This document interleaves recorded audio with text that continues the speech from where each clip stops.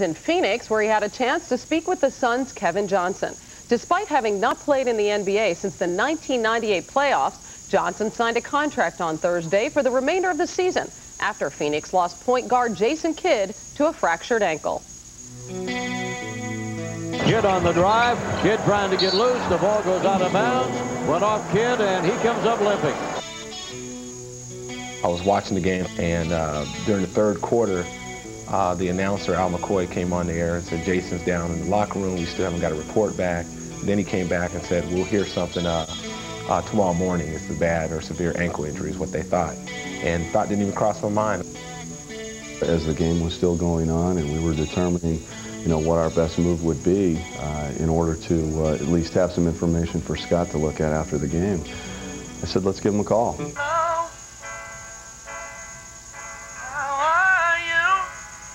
Got a phone call, and that raspy voice on the other end of the line was Cotton Fitzsimmons. Kev. I said, Cotton?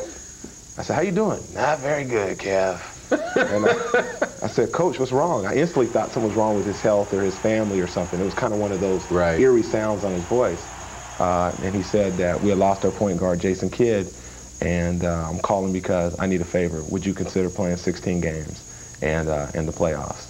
What convinced you?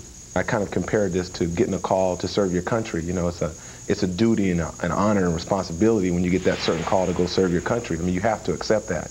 And because I'm in good shape and all the projects I had been working on are pretty well under control, I felt the organization was in a pinch. I know they had a lot of adversity this year. You lose your best player on the team, Jason Kidd, and if they wanted me to try to contribute in some way, I didn't see any other option other than to say yes. So the key is you were wanted and you were needed. Certainly. This meant a lot to you. Definitely, and I felt that I can contribute. I wouldn't do it if I didn't think I could help. Help! I need somebody. Help! Not just anybody. Help! Are you nervous at all coming back? No, I'm not nervous. If physically I wasn't in good shape, it would be very difficult. But I'm in good shape physically. The rest, this is a faith walk, and we'll see what happens. I'm not nervous. You're excited about it, though. Very much. See it. When you get that rebirth, really excited. I miss the guys. You miss the camaraderie. You can never replace the relationships that you have with your teammates and playing that competitive sports. You can't replace that. What was your relationship with him? You were an assistant coach when he left. Yeah, for the 1 year, yeah. Right. I had a good relationship with him. I didn't necessarily have a good relationship with him when I was playing against him. Did you ever get into it with him? A little bit. I was talking to Scott Skiles, and he said you guys went at it pretty hot and heavy when you were competitors.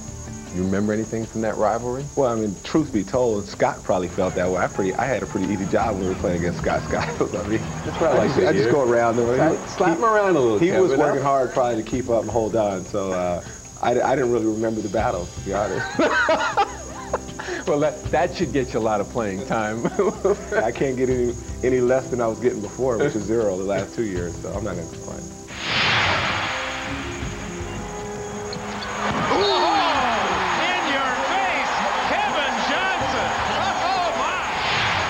Are you worried about embarrassing yourself at all? You said you wanted to leave at the top of your game. You didn't want to be one of those players that they, that had to scrape the uniform off you, stick around just for the money, that type of deal. Peter, the great thing in sports is the bigger the challenge, the greater the opportunity.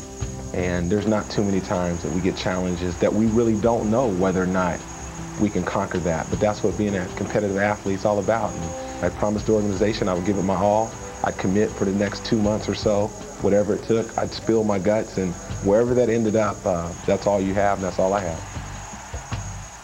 Kevin Johnson turned 34 a couple of weeks ago. To put that in perspective, he's 5 months younger than Scottie Pippen of the Blazers, and Utah's John Stockton turns 38 today. So, Peter, do you think we'll see KJ possibly play beyond this season? Well, Hannah, the Suns say that they've made no commitment to Kevin Johnson past this season, and KJ tells me that this challenge is so daunting that he doesn't even want to think about past this season. But if you look into his face and you listen to his voice, Hannah, you can tell that the fever is definitely back. Definitely. He has such a great perspective on his comeback, doesn't he? Isaiah, what sort of adjustments does this mean for Penny Hardaway, who will be paired with him in the backcourt? I think the biggest adjustment Penny Hardaway is going to have to attend to is that he's going to have to up his scoring, his rebounding, and his assists, and he's also going to have to become a vocal leader. Jason Kidd was the vocal leader in the locker room and also in the huddle.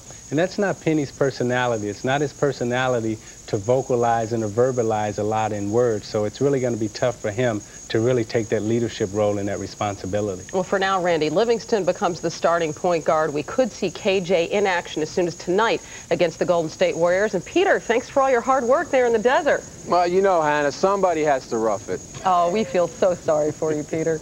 We'll send you back for the second half after these messages from your local station. This